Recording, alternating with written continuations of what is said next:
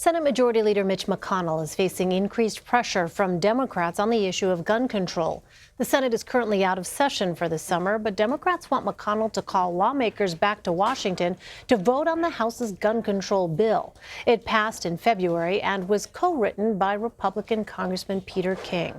Today, Senate Minority Leader Chuck Schumer said he believes if McConnell brings the House bill to the floor, it will pass. We're saying to Leader McConnell, do the right thing.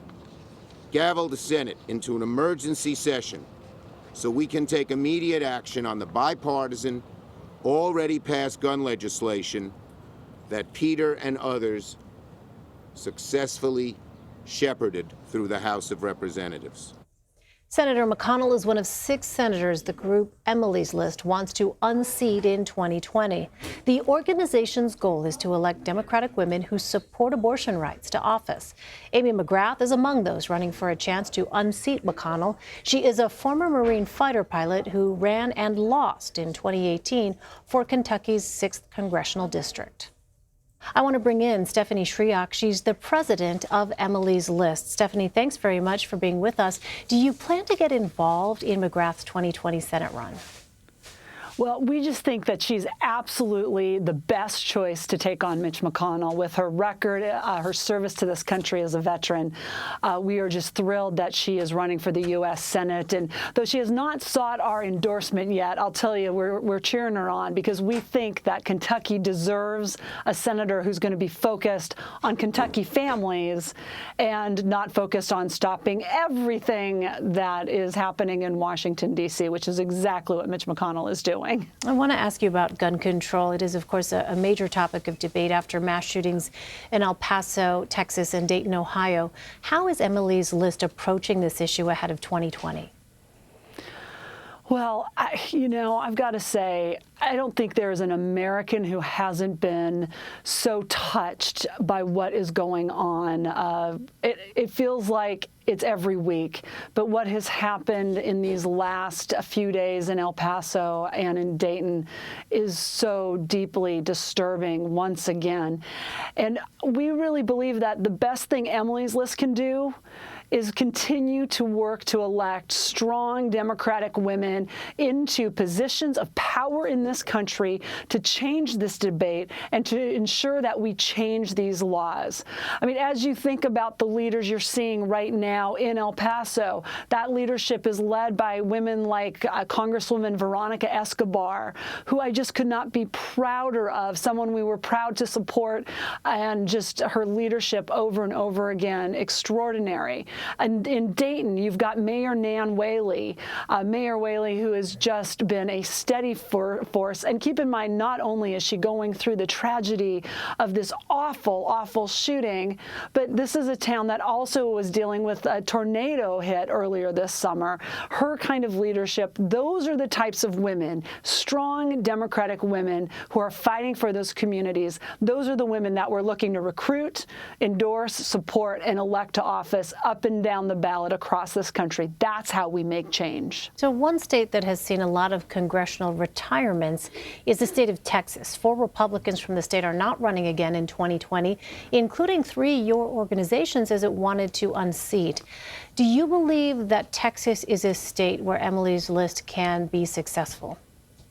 Absolutely. In fact, that success started in 2018 with the pickup seat that now Congresswoman Lizzie Fletcher won over in the Houston area. Gina Ortiz-Jones, who again we were so proud to support, came within about 900 votes against Will Hurd, and I guess he just decided he didn't want to take that on again. And I think these are the exact type of women that are in a great position to take on these now open seats and other opportunities in Texas. We've known for a long time that Texas, slowly but surely, was moving to a more moderate and ultimately blue place. And I'm not saying we're there yet statewide. We might be. We'll see. But it's led by women candidates, and it is led by women voters. And women voters are fed up, and they're looking for leadership that's going to focus on their communities, on their families. And that's why we think we've got got a real shot in Texas. Well, your organization has not yet endorsed a candidate in Texas's Senate race, but a candidate you've previously endorsed, MJ Hager, is among those running against Senator John Cornyn.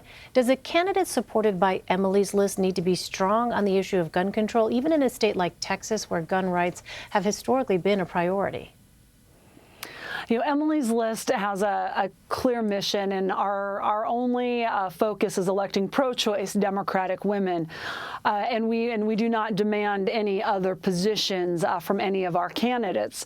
But I can proudly say that every one of those Democratic women who we helped to elect in the U.S. House of Representatives moved forward the gun safety legislation this year. If only we had a different leader in the U.S. Senate other than Mitch McConnell, maybe that bill would have seen the floor in the Senate, and that's our work. So when I think about those women running in Texas and MJ Hager, who we, again, proud to support in the congressional race, a little complication in the Senate race because there are other women looking and running in that seat, so we're trying to assess that situation.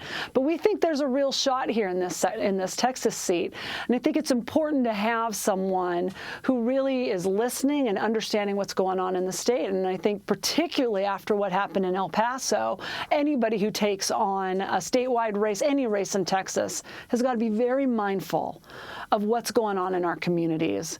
And continued gun violence is unacceptable, and it is time to do something.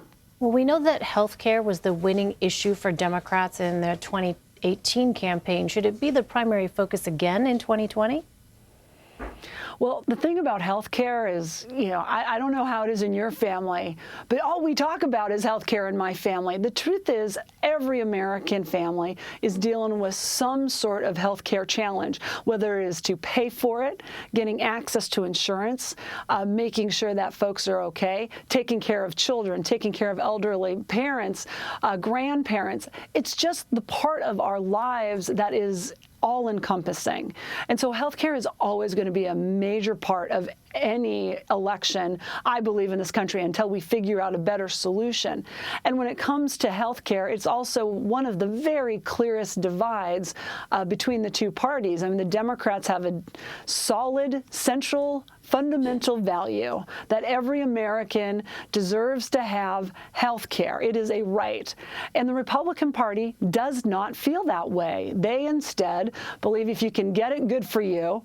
Otherwise, you're on your own. And they continue to dismantle the Affordable Care Act. And that is the problem here. It is a clear difference. And so I think, yes, health care is going to be a central part of this election in 2020, as will the economy. And the truth is, they're the same thing. If you can't afford your health care, you can't afford to go buy a house, you can't afford anything. And so this is all part of our economy, and this is why it's going to be a big, big issue moving forward. Several 2020 Democratic candidates have expressed support for Medicare for All. Do you believe your organization can get more women into elected office if they support Medicare for All? I think what's most important for our candidates, and we have supported many of those women who are running for president, couldn't be prouder of how they're doing, is that you've got to hold on to that central value, that central fundamental value that every individual should have access to health care. Now, how we get to it, whether it's Medicare for All or some other means, we'll let those policy fights work themselves out. But those are policy fights. The value is about access to health care and the fundamental right of having it. And that's who this party is. And that is, like as you said earlier, we won a lot of races in 2018. In fact, I could argue every race we won in 2018 had the central value proposition that everybody deserves health care. And how we figure out how to get there, we'll let that fight out. But we're only going to get there if we have a Democratic president and a Democratic Congress. That's the key. All right, Stephanie Schriock in Washington for us. Stephanie, thanks very much for your time. Absolutely. Great to be here. Thank you.